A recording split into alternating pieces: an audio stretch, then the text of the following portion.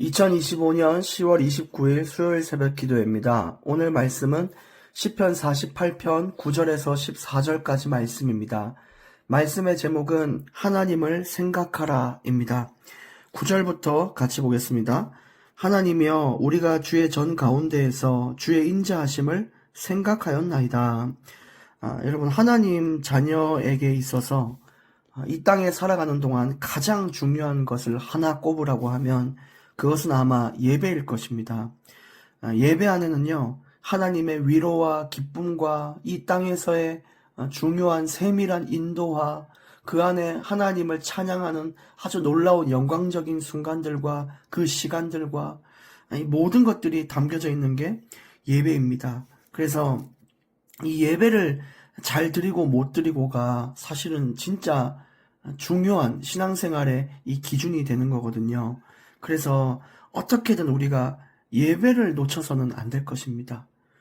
그래서 하나님 자녀 중에 가장 불쌍한 사람을 꼽으라라고 하면은 뭐 가난한 사람도 아픈 사람도 아니고요. 이 예배를 놓치는 사람을 보고 우리는 가장 불쌍하다 이렇게 이야기를 할 수 있는 거죠. 성경의 신약과 또 레위기 또 구약 모든 것에도 이 예배에 대한 중요성이 담겨져 있고요. 특별히 구약의 성경에 대해서는 이 예배에 대해서 나타낼 때 아주 목숨을 걸고 드려야 될 만큼 이 예배가 정말 생사를 가를 만큼 중요한 것으로 소개되고 있는 것이 하나님을 향한 제사, 예배, 경배 이런 부분입니다. 그러니까 하나님 자녀의 최고 사명이자 축복인 이 예배를 놓쳐서는 안 되는 거예요. 어떤 성도들은 내가 몸이 불편해서 병원에 있어서 어떤 사람은 내가 사정 때문에 예배를 놓칠 때가 있죠. 근데 사실 그것은 다 핑계입니다. 여러분, 이 예배라는 것이 꼭 교회에 가서 드려야만 예배가 되는 것이 아닙니다. 물론 이 모임의 중요성과 함께 모여드리는 이 공예배 여기에 대해서도 우리가 아주 소중하게 생각해야 되는데 이것이 안 되는 사람들은 나름대로의 예배를 드리셔야 돼요.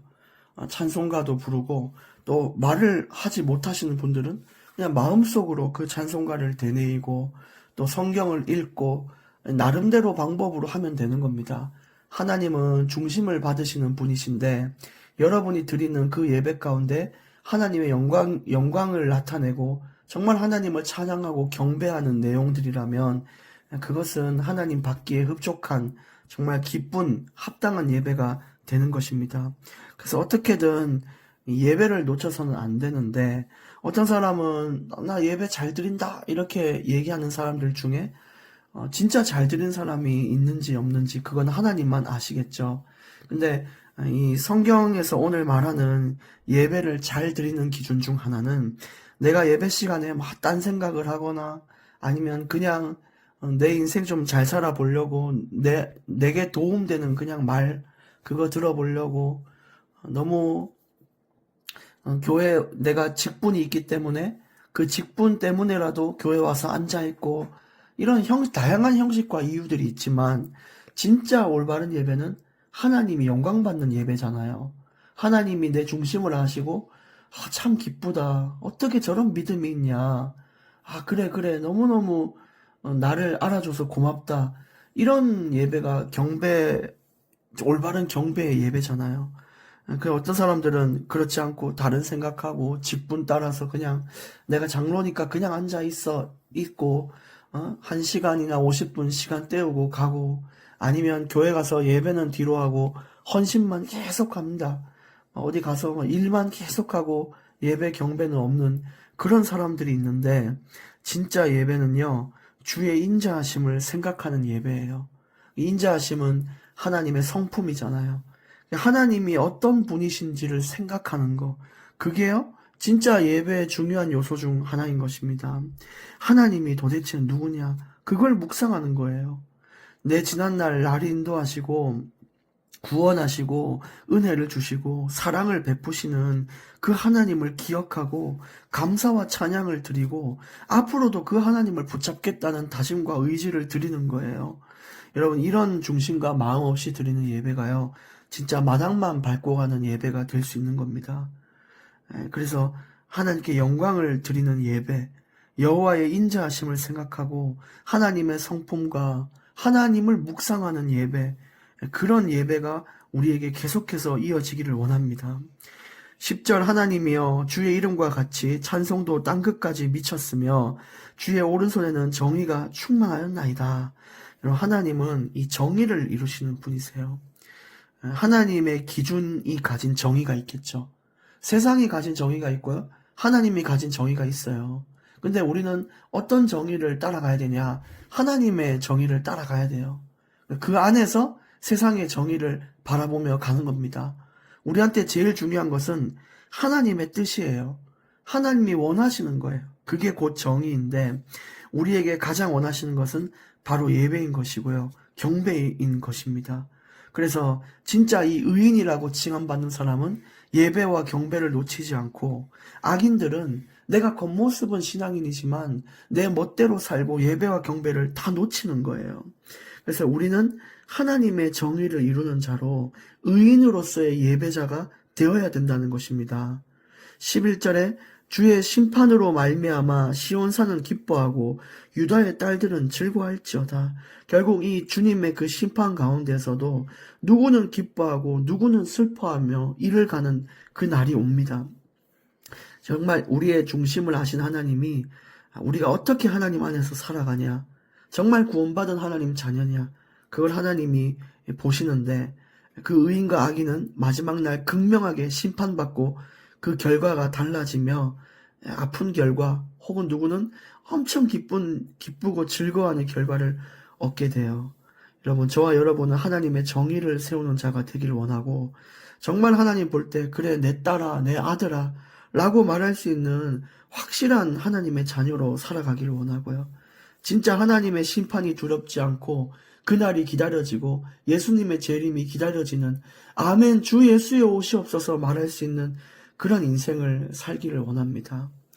우리 집에서 어린 학생들이 부모님이 여행 가시면 막 집에서 컴퓨터 게임을 막 한단 말이에요. 근데 항상 마음에 불안함이 있어요. 왜냐? 언제 엄마 아빠가 올지 몰라. 그럼 나 컴퓨터 하는 거 막 들키면 혼난단 말이에요. 근데 정말 그 집안 가정에서 정의를 이루는 학생이 있다 생각해 봅시다. 나름대로 막 이렇게 청소도 하고 정리도 하고 공부도 하고 부모님 볼 때 부끄럽지 않은 그런 가정에서의 이 생활을 보내고 있었던 학생은 부모님이 오시기를 바라는 거예요. 왜냐? 잘하였다 내 아들아 딸아. 네가 진짜 너무 잘하고 자랑스럽다 라고 말하는 날이 기다려지지 않겠습니까? 그것처럼 우리에게도 이 땅이 그 칭찬을 받을 수 있는 중요한 과정의 속에 있다, 이렇게 볼 수 있는 것이죠. 12절 너희는 시온을 돌면서 그것을 둘러보고 그 망대들을 세워보라. 이제 확실한 결과를 눈여겨볼 수 있도록 세워보라, 이런 얘기를 하고 있어요. 우리가 대충 이렇게 보는 것하고 하나하나 살펴 세워보는 것과 다르죠. 정말 하나님이 내게 주신 그 은혜와 사랑, 하신 일, 그런 것들을 보고 정말 하나님의 살아계심을 하나하나 체험해보고 세워보십시오. 내게 주신 그 응답과 지난날의 여정을 여러분 세워보십시오. 그러면서 오늘 믿음을 확증하기를 원합니다. 정말 하나님은 이런 분이시다. 하나님은 살아계시고 지금도 나와 함께 하시고 앞으로도 날 이끌 분이시다. 이것을 생각하는 거예요. 주의 인자하심을 묵상하는 거예요. 하나님은 이런 분이셨지, 하나님은 이런 분이시다라는 걸 생각해야 돼요.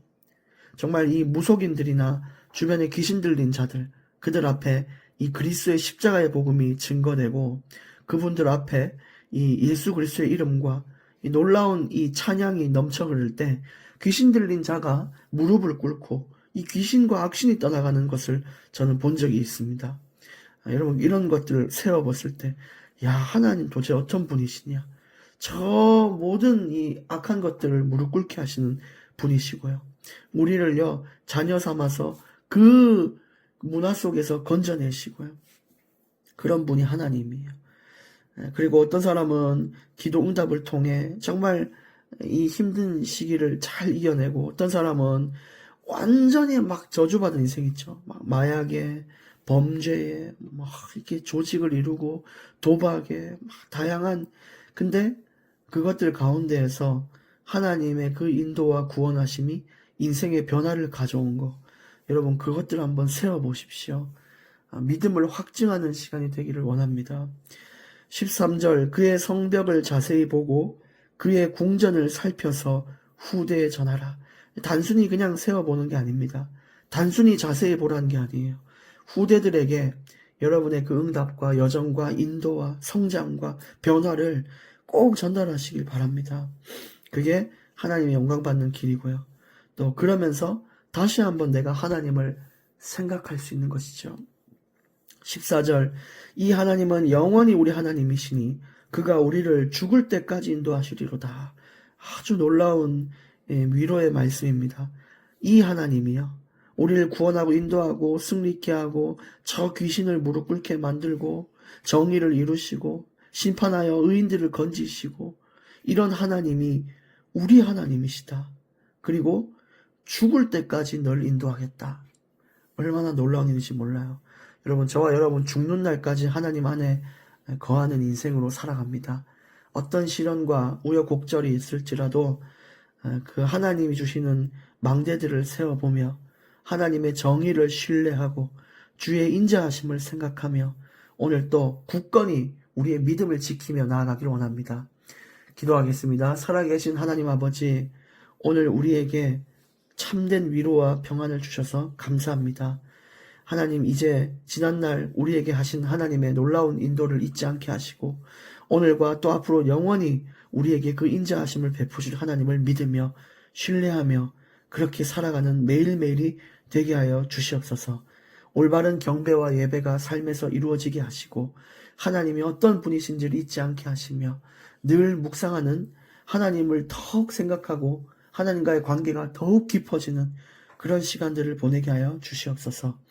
우리를 영원토록 죽을 때까지 인도하실 예수 그리스도 이름으로 기도합니다. 아멘.